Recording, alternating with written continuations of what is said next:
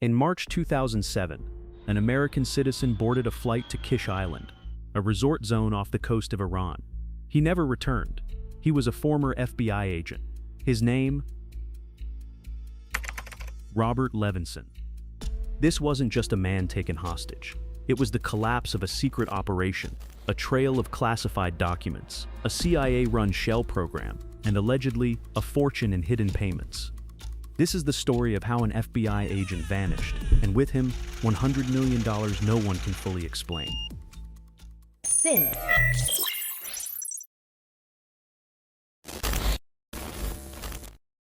It's March 9th, 2007. Robert Levinson checks into a beachfront hotel. He's officially in Iran on private business.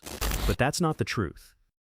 Levinson is a retired FBI agent with 28 years of experience, most of it tracking Russian organized crime. He's not on vacation.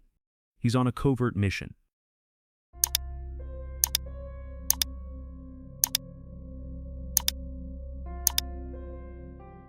My husband is Robert Levinson. He went on a business trip to Kish Island, which is part of Iran, and it was supposed to be a 24-hour trip, and he never left there. While under the control of the CIA, Levinson was secretly investigating an Iranian-American named Dawood Salahuddin. Levinson wasn't just freelancing.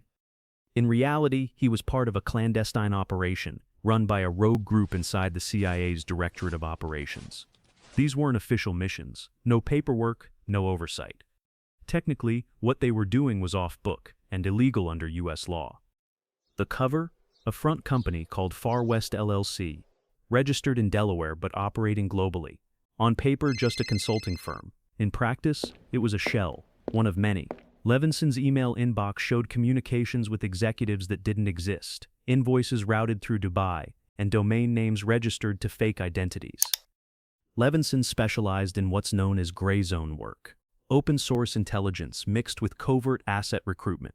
No guns, no gadgets, just a laptop, a fake business card, and possible deniability. His targets weren't soldiers or politicians. They were bankers, oil traders, engineers working in the shadows of Iran's nuclear and energy infrastructure. But in 2012, an investigation found over $100 million unaccounted for. Most of it had been routed through contractors like Levinson, who worked alone. And just weeks before he vanished, he was authorized to pay Iranian energy sector assets. Levinson disappears. No calls, no demands. And behind the scenes, panic erupts. No one really knows what happened or what caused it. He just vanished. But let's look at what no one wants to talk about: the money. Bank statements showed wires from entities like AltCorp Mina Holdings, Strategic Innovations Limited, and a dozen more, all with vague business descriptions, all connected by timing and geography. Some of those trails led from Washington to Cyprus, then from Cyprus to Tehran. Then they stopped. One day the accounts went dark. Some believe he intended to disappear, to stage a vanishing so perfectly orchestrated that even the agency couldn't trace him. In 2019, a shadowy Iranian cyber group posted a grainy video. A man sat in a cell, thin, barely moving. A timer blinked in the corner. No audio, no demands, just 3 minutes of silent agony. The U.S. never confirmed it was him, but his family recognized the wedding band. Years of silence had taken their toll. His name was never added to the CIA's wall of heroes. What happened to Robert Levinson isn't just a tragedy. It's a case study in secrecy, betrayal, and the cost of silence. He walked into the maze, and maybe he was never meant to come back out.